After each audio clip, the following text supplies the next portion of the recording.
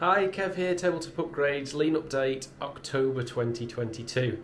September has been another mega month, sent out more products than I ever have done before, and I seem to be saying that every single month. So that's obviously a really good thing, that the business is growing. It's month on month doing better and better, which is really rewarding. It is, however, really tiring. And I've got two products in particular that are really taking it out of me. So this month I'm going to be looking to improve the way I do things. I've had a couple of setbacks on the measuring sticks. I've been trying to use a screen printing process, and it gives a higher quality and, I don't know, maybe a third of the time. But I just can't find a production partner that delivers the consistent quality that I need to further my business. The reason why it's doing so well, I think, is because I have the best quality of any of the war game and accessory producers. I know that because I've bought some other competitor products recently and they're garbage.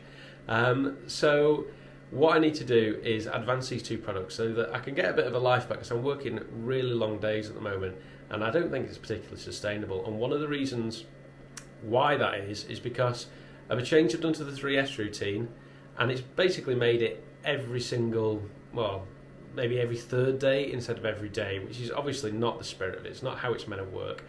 And I think it hasn't taken a toll on the products, it's taken a toll on me. So I'm just getting tireder and tireder. I'm to work harder and harder, which isn't what Lean's about. So I'm going to show you what I did to the 3S routine and why I think it's not working as well as it once was, what I'm going to do to it, and also some of the improvements I've done in the past month. Just about to show you my 3S routine. But this is a part of one of the measuring accessories that I produce. Now, I usually etch and paint these, and this is a screen printed version, and you can see there the ink is already coming off just from a couple of weeks. So that's not something I'm prepared to put out there, because it's going to lead to dissatisfied customers, and that's not what I'm about. So as soon as I've got this sorted, I'll probably get, no exaggeration, 10 to 12 hours of production time back a week. And that's 10 to 12 hours of life back a week. So it's really important I get this sorted. And I've found a company now local to me that claims you can do it. But I was really disappointed with the firm that did this for me. We went through a whole process setting up, explaining the need for it. And I said it cannot be UV printed. It has to be screen printed. And the first set they sent me back was UV printed. And they did that because they'd left it too late in the production schedule and didn't think I'd noticed, and admitted as much when I pressed them. So that was absolutely gutting. And they wrote off a load of material, and of course I had the same old difficult experience trying to get the money back out of them. So I parted ways with those, and I'm now on with another company. But getting this product down in a way that doesn't require me to spend 12 hours of basically manual labour is going to be absolutely key. So, bearing in mind that is taking a lot of time. Customers love the stuff that I'm putting out at the moment, but it's killing me. So what I've got at the moment, because this is a multi-day process, there's gluing, there's painting, there's finishing. Hopefully you can see this. The first thing on my sort, sweep and standardise is to organise any work in progress. And that might be just getting an etch on, because that's a passive process. I may as well, while I'm 3S'ing, have an hour of etching being done in the background. Replace missing equipment, clear work surface, then I got onto sweep. The reality is, every day I get to organise work in progress, and pretty much there the 3S routine stops, because then I'm into production. I'm just going all day, because I've got so much product to put out, I almost can't afford to stop for half an hour. And of course that's a nonsense, isn't it? Because the whole point of 3S'ing, you go slower to go faster, and I know that to be true, but these bad habits can develop. So I have stopped today, A, to produce this video, B, to do a proper 3S and get back on the 3S'ing routine. So when this goes to plan, I've put a few more prompts in that Phil gave me on the Lean chat. Get stuff off the floor has been really useful. That's obviously a good way of improving things and keeping organised. Now, because again I'm producing so much product at the moment, it's almost like a transition phase for me. I've got, I'll swap it around.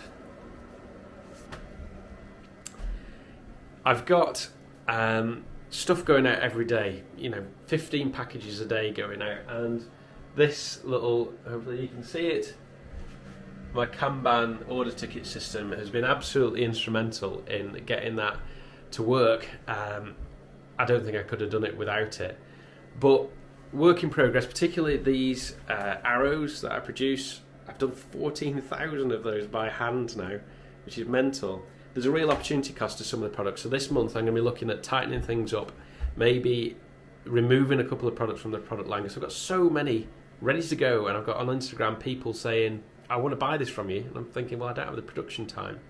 So I'm going to, I think, trim down the offering a little bit in order to push some stuff that will basically, it will sell more and it'll take less of my time. So it's like the next level now of production.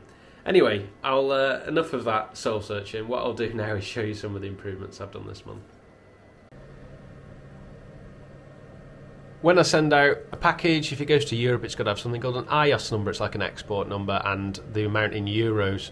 I always have to look that up every single time. It involves me clicking. The internet's not great in here, so there's waiting time. So what I've done is I've just etched a little euro rates price sort of menu, and every week I basically update the prices. Instead of having to click through 3 screens to get that information, it's there ready for me just to transfer to the shipping ticket. This is a major improvement, both for aesthetics, also kind of just peace of mind. This IKEA Kallax unit was being chucked out by one of my neighbours into a skip. It was an absolute state, but I pulled it out of the skip with their permission, of course, restored it, fit it in there, and it looks great. It's also allowing me to just trim down the board games and tabletop games in my own collection to better align with the products and kind of my tastes at the moment. So I know that when I do that, product ideas come thick and fast, so that will help. On top of there, you can see all my pracking materials, which used to be just on the floor, so Phil's get stuff off the floor. There they are, organised in basically frequency of use and also any pairs of products. So those boxes go in these bags, so no more scrapping around in this corner. But this corner still isn't great. There's a few things to get off the floor, but because I'm not 3Sing as regularly as I should, that hasn't really progressed. It's a tidy mess, if that makes any sense. Tripods need to be off the floor. This guillotine, I only ever use that for printed stuff, so that needs to be mounted under there above the printer. We're going to print 3D brackets and find time to do that. Another major improvement is I ended up having to wait in during the house all day because I was waiting for packages to arrive. So I've now got a doorbell for the front door. It sounds stupid, but I've now got one so I can hear it in the workshop at the back of the house, and I don't miss any more packages, which cause me all kinds of problems. I've set up basically a bit of a permanent kind of tabletop gaming area there. It's allowed me to produce loads of social media photos and engagement with various wargaming communities. That's been great.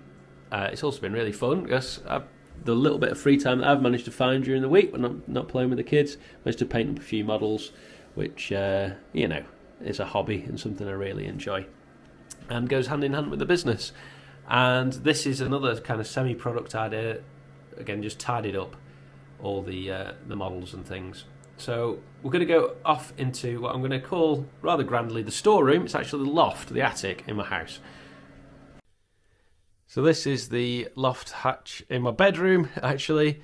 I just thought I'd show you this because it's so cool. Got this put in when I did the bedroom up the other year. That's the electric loft ladder. And up there is where I'm going to show you the improvements. So, coming up into the loft, about 2 or 3 weeks ago, it all looked like this. There's all kinds of crap piled up everywhere. So I've gradually been insulating the roof, still got to foam it in. Some of the stuff slid down, which is why I'm keeping all this stuff here. But what I've done is, it's not a reinforced loft conversion or anything. So I've put some brackets up on the gable ends just to get the weight off the floor. So I've got lighter stuff on the floor, heavy stuff up there. That's all the camping gear, stuff of that nature. Anyway, I don't know why I'm showing you that, because what I'm trying to show you is all this stuff. So same gig here. We put up a shelf, or I put up a shelf, lightweight packing materials, a few bits of acrylic down the bottom. this was all just piled up in the film that was supplied to me. So cleaned all the lights and everything. I can see what's what, all the Christmas stuff. It's Loft give over.